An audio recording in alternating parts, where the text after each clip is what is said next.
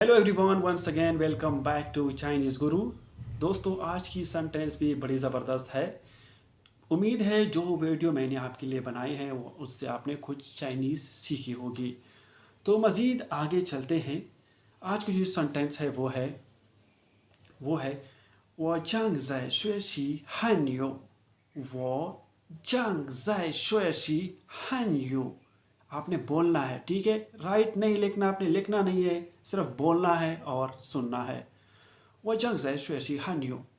मैं वो मैं जंग ज़ै करंटली अभी अभी के लिए जंग ज़ै इस्तेमाल होता है। क्या इस्तेमाल होता है? जंग ज़ै। शेशी स्टडी कर रहा हूँ, सीख रहा हूँ।